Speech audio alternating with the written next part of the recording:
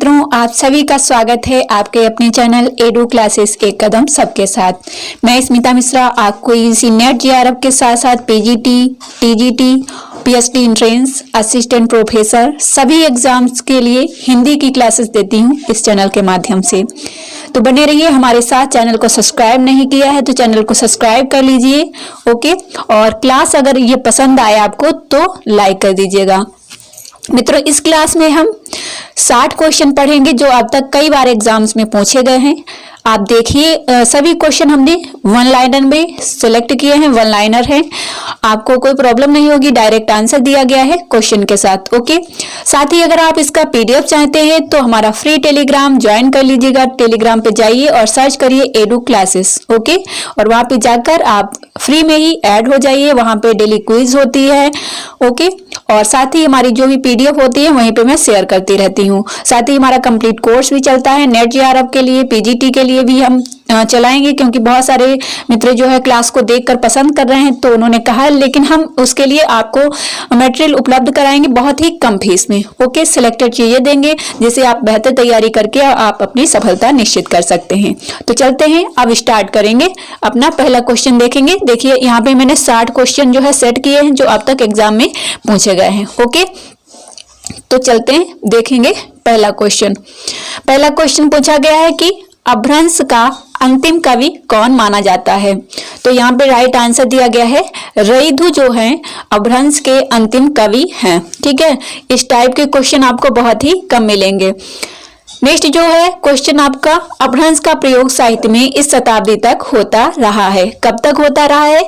तो यहाँ पे है 12वीं शताब्दी तक। अमीर खुसरो जो थे इसी समय के रचनाकार थे।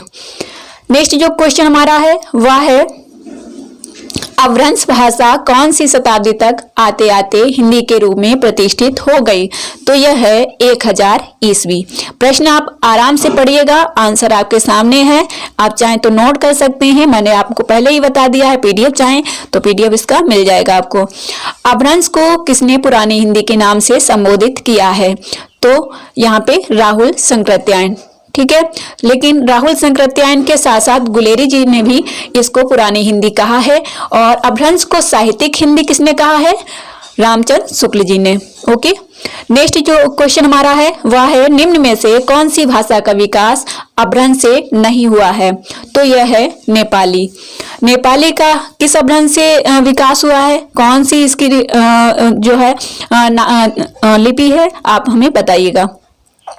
नेक्स्ट जो हमारा क्वेश्चन है वह है शौरसेनी अपभ्रंश से विकसित भाषा नहीं है। तो शौरसेनी अपभ्रंश जो है पूर्वी हिंदी नहीं निकली है, यह निकली है पश्चिमी हिंदी से, ठीक है। पश्चिमी हिंदी शौरसेनी से निकली है। पूर्वी हिंदी किससे निकली है? अर्धमागधी अपभ्रंश से। और पूर्वी हिंदी से अवधी, बघेली, छत्तीसगढ़ी बोलियां निकली हैं। नेक्स्ट जो हमारा क्वेश्चन है वह है निम्न भाषाओं के कालक्रम के अनुसार कौन सा सही है? और यह प्रश्न बहुत बार पूछा गया है। अगर आपको मालूम होगा, जो टीजीटी की तैयारी कर रहे हैं या किसी भी एग्जाम की, टेट, सीटेट, जितने भी एग्जाम्स हैं जिनमें हिंदी पूछी जाती है वहां ये क्वेश्चन पूछा जा सकता है। और इसमें एक और किस तरीके से क्वेश्चन पूछा जाता है, उत्तरकालीन और पूर्वकालीन। उत्तरकालीन, पूर्वकालीन, जैसे प्राकृत की पूर्वकालीन पाली हो जाएगी और प्राकृत की उत्तरकालीन अपभ्रंश हो जाएगी, ठीक है। तो सबसे पहले संस्कृत आएगी, फिर पाली आएगी, फिर प्राकृत और फिर अपभ्रंश। नेक्स्ट जो हमारा क्वेश्चन है अपभ्रंश काव्य का सुप्रसिद्ध छंद है। तो यह है दोहा। रामचंद्र शुक्ल जी ने कहा है कि दोहा को दूहा कहा जाता है अपभ्रंश में, ठीक है। नेक्स्ट जो हमारा क्वेश्चन है वह है अपभ्रंश भाषा का विकास हुआ है। तो यह हुआ है प्राकृत से, जो अभी हमने आपको बताया है। नेक्स्ट जो हमारा प्रश्न है वह है अपभ्रंश भाषा के प्रथम कवि माने गए हैं। तो स्वयंभू। नेक्स्ट जो क्वेश्चन हमारा है वह है आदिकाल का कौन सा प्रकरण अपभ्रंश काल है? तो तृतीय, ठीक है। और ये रामचंद्र शुक्ल जी के इतिहास से प्रश्न लिया गया है। अपभ्रंश भाषा में कितने वचन और कितने लिंग मिलते हैं? तो 2 लिंग और 2 वचन। ये आपके टीजीटी, पीजीटी के लिए बहुत ही महत्वपूर्ण है। अपभ्रंश का शाब्दिक अर्थ क्या है? तो बिगड़ा हुआ। नेक्स्ट जो हमारा प्रश्न है अपभ्रंश कौन से वर्ग की प्रधान भाषा है? तो यह है ट वर्ग में, ठीक है। का वर्ग में जैसे का, खा, गा, और उसी तरीके से टा में जो आते हैं टा, ठा, डा। अपभ्रंश भाषा में बहुलता है तो वहां की, ये आप ध्यान रखिएगा। नेक्स्ट जो हमारा प्रश्न है, जैन साहित्य के ग्रंथ उपदेश रसायन रास के रचनाकार कौन है? तो वह है जिनदत्त सूरी। नेक्स्ट हमारा प्रश्न है, योगसार के रचनाकार कौन है? तो योगसार लिखा है जोइंद ने, जो जैन कवि हैं। नेक्स्ट प्रश्न है, इस दोहे के रचनाकार का नाम है? तो दोहा यहाँ पे लिखा हुआ है, जो जिट सासठ भाषियो सो मही कहियो सार, जो पाले से भाव करी सो तरि पावई पार।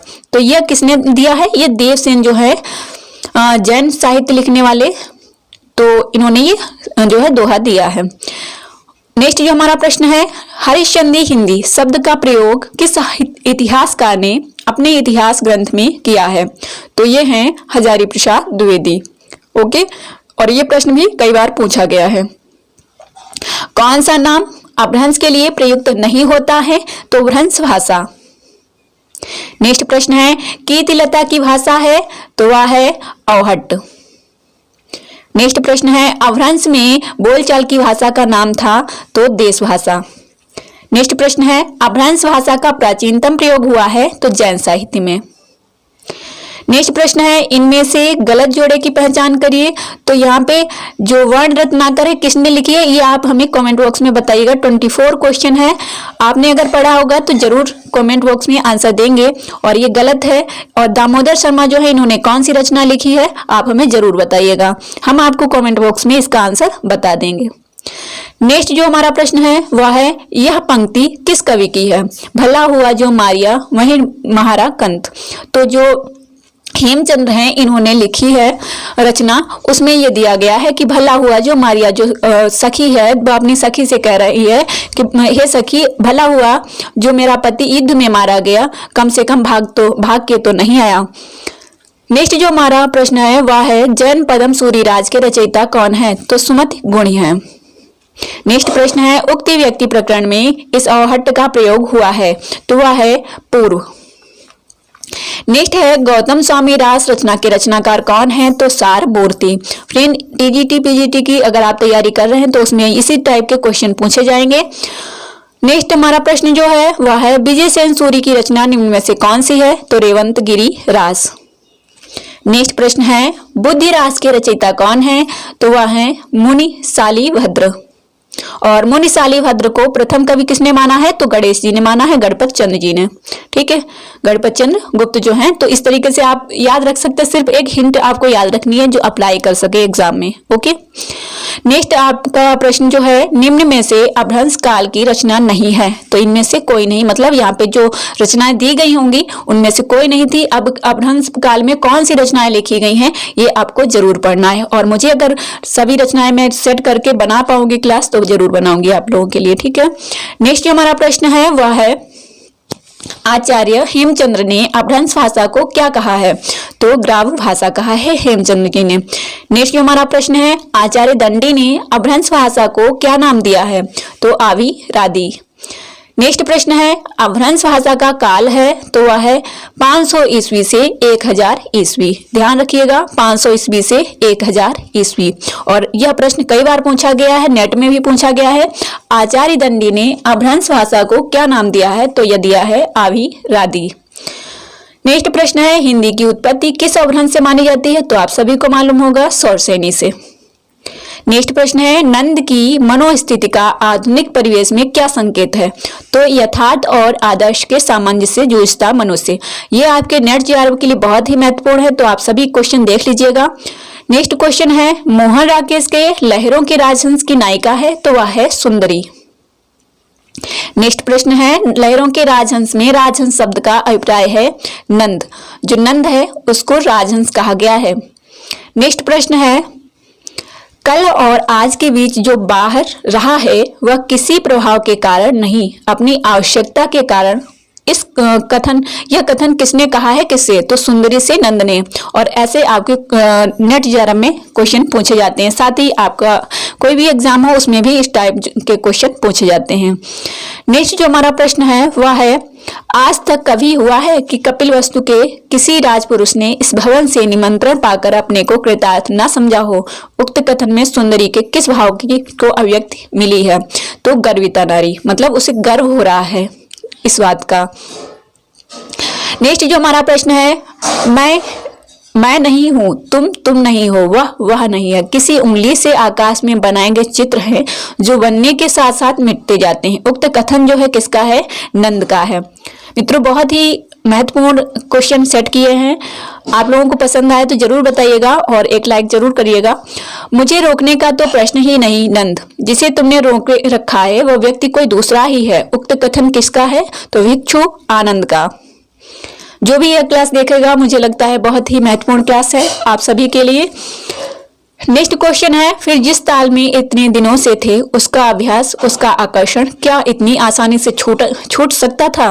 उक्त कथन अलका से किसने कहा? तो सुंदरी ने कहा। नेक्स्ट प्रश्न है, कुछ है जो चेतना पर कुंडली मारे बैठा रहता है और मुझे अपने से मुक्त नहीं होने देता। उक्त कथन नंद के किस भाव को व्यक्त करता है? तो संसार और आध्यात्म के चुनाव और निर्णय को। नेक्स्ट प्रश्न है, कह नहीं सकता कौन सा उन्माद अधिक भयानक है, वह जो चेतना की ग्रंथियों को तोड़ देता है। उक्त कथन किसने सुंदरी से कहे? तो नंद ने सुंदरी से कहा है। नेक्स्ट प्रश्न है, मेरी कामना मेरे अंतर की है, बाहर का आयोजन उसके लिए उतना महत्व नहीं रखता।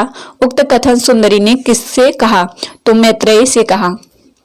नेक्स्ट प्रश्न है, कामोत्सव कामना का उत्सव है, सुंदरी ने यह कथन किससे कहा है? तो मैत्रेयी से कहा है। नेक्स्ट प्रश्न है, यशोधरा संन्यास दीक्षा किससे लेने वाली थी? महात्मा बुद्ध से। नेक्स्ट प्रश्न है, सुंदरी ने कामोत्सव का आयोजन क्यों किया? तो संन्यास की महिमा खंडन और काम का मंडन करने के लिए।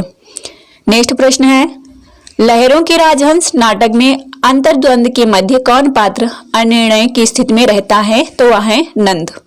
नंद कौन है? तो बुद्ध का सौतेला भाई है नंद। नेक्स्ट प्रश्न है, लहरों के राजहंस नाटक की कथा का केंद्र बिंदु क्या है? तो संसार और अध्यात्म का चुनाव। नेक्स्ट प्रश्न है, सौंदरानंद नामक काव्य ग्रंथ के लेखक हैं? तो अशोक घोष, और सौंदरानंद पर आधारित है लहरों के राजहंस। मेरा मन साधारण बातों में असाधारण अर्थ नहीं ढूंढता, कथन है सुंदरी का। नेक्स्ट प्रश्न है, और किसी को पहचानने में भूल कर सकती हूँ, उन्हें पहचानने में नहीं, कथन है अलका का। नेक्स्ट प्रश्न है, आहत होना ही उनके उड़कर चले जाने का कारण हो, कथन है अलका का। नेक्स्ट प्रश्न है, संभवतः उसे देखने के लिए जो दृष्टि चाहिए वह दृष्टि तुम्हारे पास नहीं है, कथन है नंद का। नेक्स्ट प्रश्न है, वाणी के छल से तुम मुझे किस ओर ले जाना चाहते हो, परंतु वह दिशा मेरी नहीं है, कदापि नहीं है, कथन किसका है? नंद का है। सभी क्वेश्चन आपके एग्जाम के अकॉर्डिंग ही बहुत ही महत्वपूर्ण हैं। नेक्स्ट, सिर एक भिक्षु का और शेर शरीर का एक आहत योद्धा का, यह कथन सुंदरी का है।